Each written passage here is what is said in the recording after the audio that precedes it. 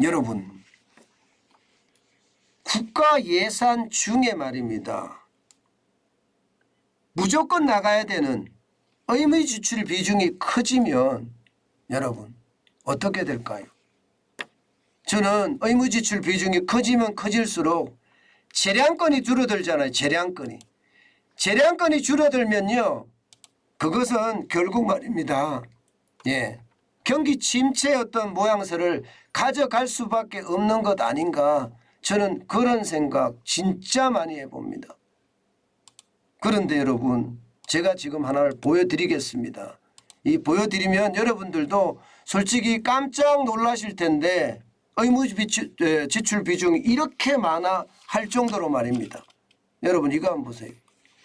2023년 재정 지출 중에 의무 지출에 대한 비중입니다. 53.5%예요. 53.5%.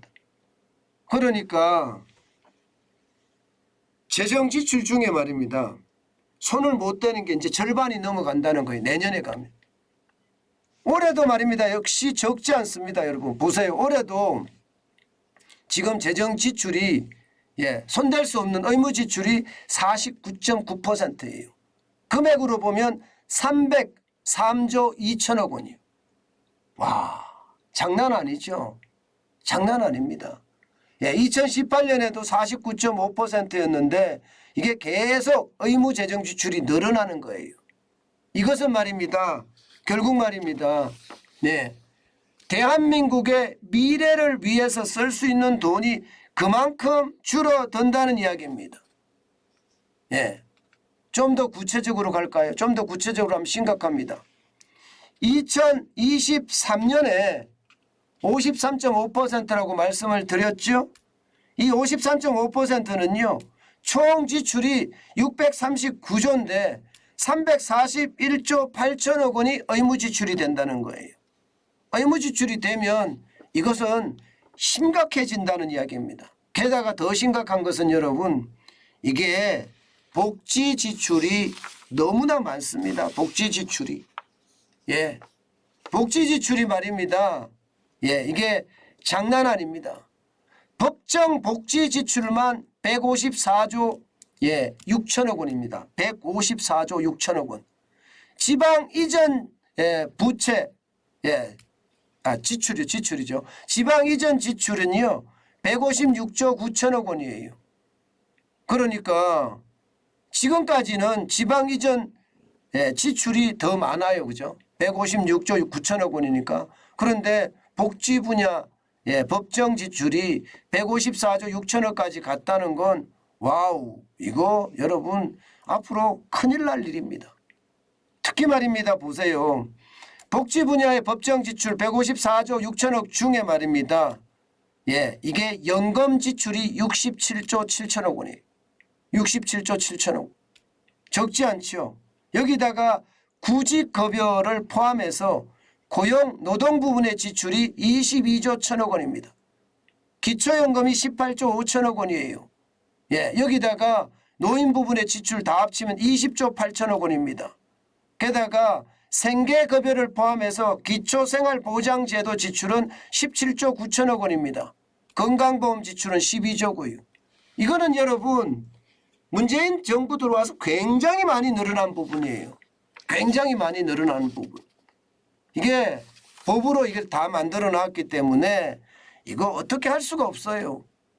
지방교부세도 75조 3천억 원이고 지방교육재정교부금도 77조 3천억 원이잖아요. 학생 수가 줄어드는데 지방교육재정교부금은 지금 더 늘어나고 있습니다. 저는 이게 써야 될 곳을 정작 쓰지 못하는 결국 선진국병에 걸릴 수밖에 없는 그런 구조로 간다는 겁니다. 2024년이 되면 54%까지 늘어나잖아요. 2026년이 되면 55.6%까지 늘어납니다. 진짜 심각한 거 제가 하나 말씀드릴까요? 지금 이대로 가잖아요. 이대로 가면 2060년에 가면요. 2060년 의무 지출 비중이 78.8%가 됩니다. 78.8%. 나라가 아닌 거죠. 세금 걷어서 말입니다. 예, 이게 의무 지출하고 나면 쓸 돈이 없다는 거예요. 쓸 돈이 없다. 그만큼 말입니다. 장기 대한민국엔 최악의 상황이 된다. 미래를 위한 준비를 할 수가 없다. 결국 말입니다. 대한민국의 미래가 없다. 이 말이 이게 틀린 말이 아닙니다.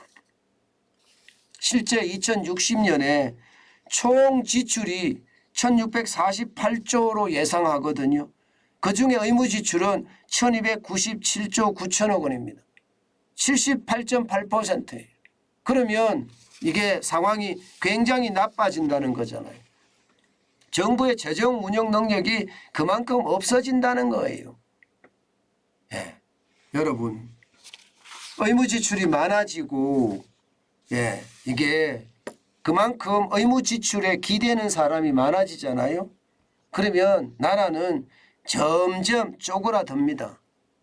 그러다가 이게 포퓰리즘이 지금도 창궐하는데 앞으로도 경기가 나빠지면 나빠질수록 포퓰리즘은 더 커질 거예요.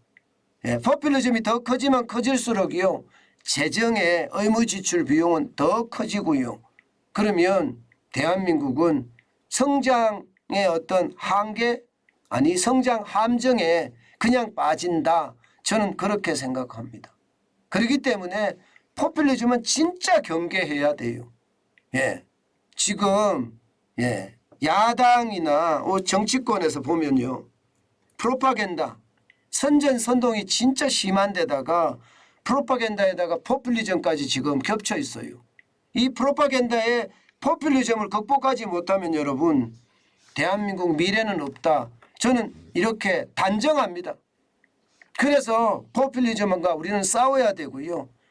프로파간다, 선전선동과 싸워야 됩니다. 그렇지 않으면 우리의 미래는 뭐 최악으로 가면 베네수엘라로 가는 거고요. 그나마 차선으로 간다고 했을 때 이탈리아처럼 그리스처럼 가지 않을까 그런 두려움 상존하고 있습니다. 여러분 제가 프로파간다와 포퓰리즘에 대한 이야기를 계속 주장을 하는데요. 이거 우리 머릿속에 지워져야 됩니다. 지금처럼 프로파간다가 심하면요. 나라는요. 구렁텅이로 빠질 수밖에 없어요. 아니 대통령으로 취임한 지 겨우 5개월이 조금 지났는데 퇴진하라니요. 이게 바로 선전선동입니다. 이게 선전선동이에요. 제가 문재인 대통령이 취임하고 나서 퇴진하라는 소리 했습니까? 안 했잖아요. 그리고 지금 나라에 어떤 이런 혼란을 불러오는 세력들 저는 발본색원해야 된다고 생각해요. 지금 이대로 놔두면요. 해방 전후에 대한민국이 엄청 시끄러웠던 것처럼 또 그렇게 갈 거예요. 박근혜 대통령 때 촛불 그 집회처럼 그렇게 될 겁니다. 이거 사전에 차단하고요. 우리의 생각이 반드시 말입니다. 반드시 포퓰리즘을 배격하고 이 프로파간다 선전선동에 넘어가지 않는 것 그 어느 때보다 중요하다. 저는 그렇게 말씀드리고 싶습니다.